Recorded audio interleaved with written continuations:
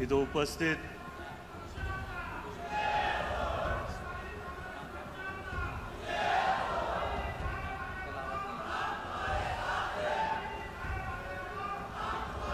उपस्थित सन्माननीय व्यासपीठ आणि सर्वच माझे बारामतीकरांचं कुटुंबाला इथं बघून मला भरभरून येतंय, कारण माझी शेवटची सांगता सभाला जेव्हा आपण सगळे समोर आलो तेव्हा मी दादांच्या समोर भाषण केलं आणि आज वहिनींसाठी आणि दादांसाठी गावागावी फिरताना सगळ्यांच्या मनात एक आशा दिसत होती, दादांचं प्रेम दिसत होतं, दादांची आठवणी दिसत होते. मला अजून आठवतंय त्या सांगत्या सभेत मी दादांच्या समोर पहिल्यांदा भाषण केलं आणि दुर्दैवाने ते शेवटचं भाषण त्यांच्या समोर होतं. गावागावी जाताना जेव्हा मी गावभेद दौऱ्यावरती सगळ्यांना भेटायचो, सगळे मला बोलायचे, दादा यावेळेस खरंच तुम्ही प्रचारालाच यायला नव्हतं पाहिजे. आदरणीय दादांनी आम्हाला अनेक वर्षापासून भरभरून दिलंय. ही निवडणूक आम्ही आमच्या हातात घेणार आणि आम्ही आमच्या हातात घेतली. पण जेव्हा मी गावागावी जात होतो मी सगळ्यांना सांगत होतो की हा प्रचाराचा दौरा नाही आहे, हा एक गावभेद दौरा आहे जिथं मी माझ्या कुटुंबाला तिथं भेटू शकतो, त्यांचे काय भावना असतील ते मी समजून घेऊ शकतो, त्यांचे काय अडीअडचणी असतील ते मी समजून घेऊ शकतो. तुम्ही ते LED वाले थोडं थांबता का? तुम्ही आवाज खूप करताय, थोडं थांबा. गावागावी जाताना जेव्हा आधी आपण दादांसाठी प्रचार करायचो एक वेगळा आनंद होता, एक उत्साह होती. सगळ्यांच्या मनात दादांसाठी आपण प्रचार करतोय आणि 5 वर्षांनी प्रचाराची वेळ यायची तेव्हा रॅलीज करायचो, युवकांना पण तिथं मनापासून प्रचार करायला आवडायचं. पण यावेळेस एक काहीतरी माझ्या मनात नाही आहे, नाहीतर मनात जे होतं ते दिसून येत नाही आहे.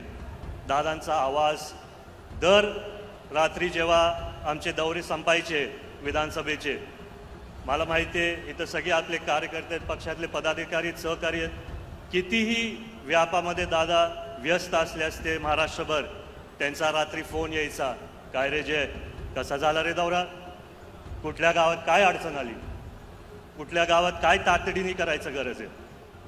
आणि आज तो आवाज आपल्या सर्वांच्या मनात आणि हृदयामध्ये. पण आजही जेव्हा मी गावागावी जात होतो, मी घरी गेल्यानंतर तोच दादांचा आवाज माझ्या मनात. एकदम ठामपणाने बोलायचे, जयड्या रडायचं नाही, लढायचं. सच आज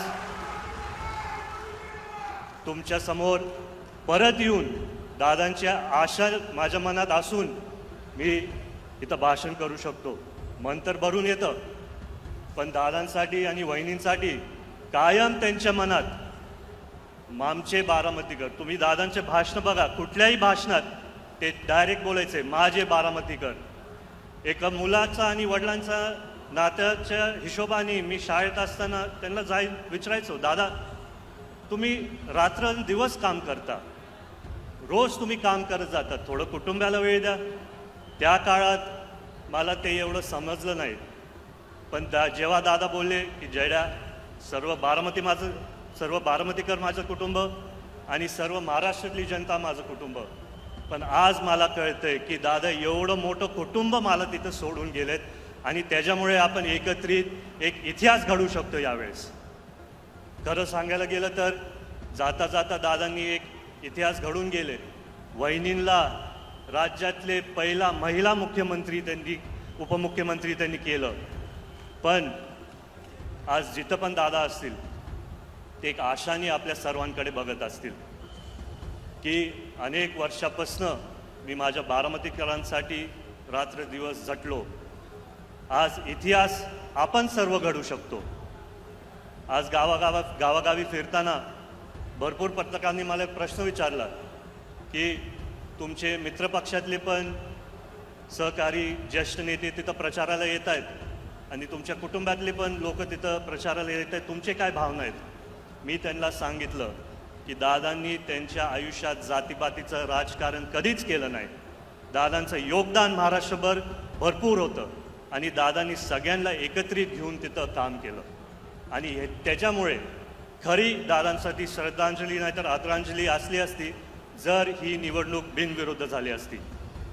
पण नियतीमुळे तसं झालं नाही आणि आज सगळेच मित्रपक्षातले कार्यकर्ते असतील, ज्येष्ठ नेते असतील, सर्वच बारामतीकर एकत्रित येऊन एक इतिहास घडवायला एकत्र येत आहेत. कारण आपल्याला या 23 तारखेला दादांचं नाव इतिहासात एका लेवलवरती जाऊन ठेवायचे जिथं आपण सर्व दादांना व वहिनींना 2,40,000 मतधिक्यांनी निवडूनच आणू शकतो. वहिनींना मी प्रश्न विचारला की तुमच्या मनावरती एवढं डोंगरासारखं दुःख असून तुम्ही हा पुढाकार कसा घेतला? तेव्हा मला वहिनी बोलल्या की जय, दादांचं अपूर्ण स्वप्न पूर्ण करण्यासाठी मी हा निर्णय घेतला आहे.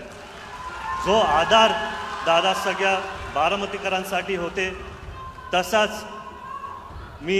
तशीच मी कष्ट घेणारे तो आधार सगळ्यांसाठी तिथं असायला. आज गावागावी फिरताना मी सगळ्यांना विनंती करतो की जसं दादांवरती तुम्ही अनेक वर्ष एवढं प्रेम केलं, जसं दादांनी तुमच्यावरती अनेक वर्षापासून प्रेम केलं, आज 23 तारखेला आपल्याला आदरणीय वहिनींना ते प्रेम दाखवायचे आणि आपण वहिनींना ते प्रेम दाखल्यावर ते त्याच तातडीने त्याच शक्तीने पुढे जाऊन ते कामं करू शकतील. मी दादांचे जुन्या आठवणी गावागावी जाताना खूप यायचे. दादांचं एक भाषण जिथं असेच भरभरीत सभेत कोणतरी दादांना बोललो, दादा आय लव्ह यू, आणि दादा बोलले पहिला बायकोला जाऊन लव्ह यू बोल. मग माझ्याकडे तिथं लक्ष गेलं आणि मग परत काही दिवसानंतर दादा कागदपत्र वाचत होते आणि परत कोणतरी बोललं, दादा आय लव्ह यू. दादा हसून बोले आय लव्ह यू टू. आणि आज मी दादांचा उल्लेख करणारे तुमच्या सर्वांसाठी सर्व बारामतीकर आय लव्ह यू टू. मागच्या सभेत मी एक घोषणा केलेली शेवटी की बारामतीचं लेख अनुक्रमांक 1, पण आज आपण दादांसाठी जिथं पण ते असतील परत एकदा सगळे टॉर्च काढून नुसतं दादांना श्रद्धांजली अर्पण करू.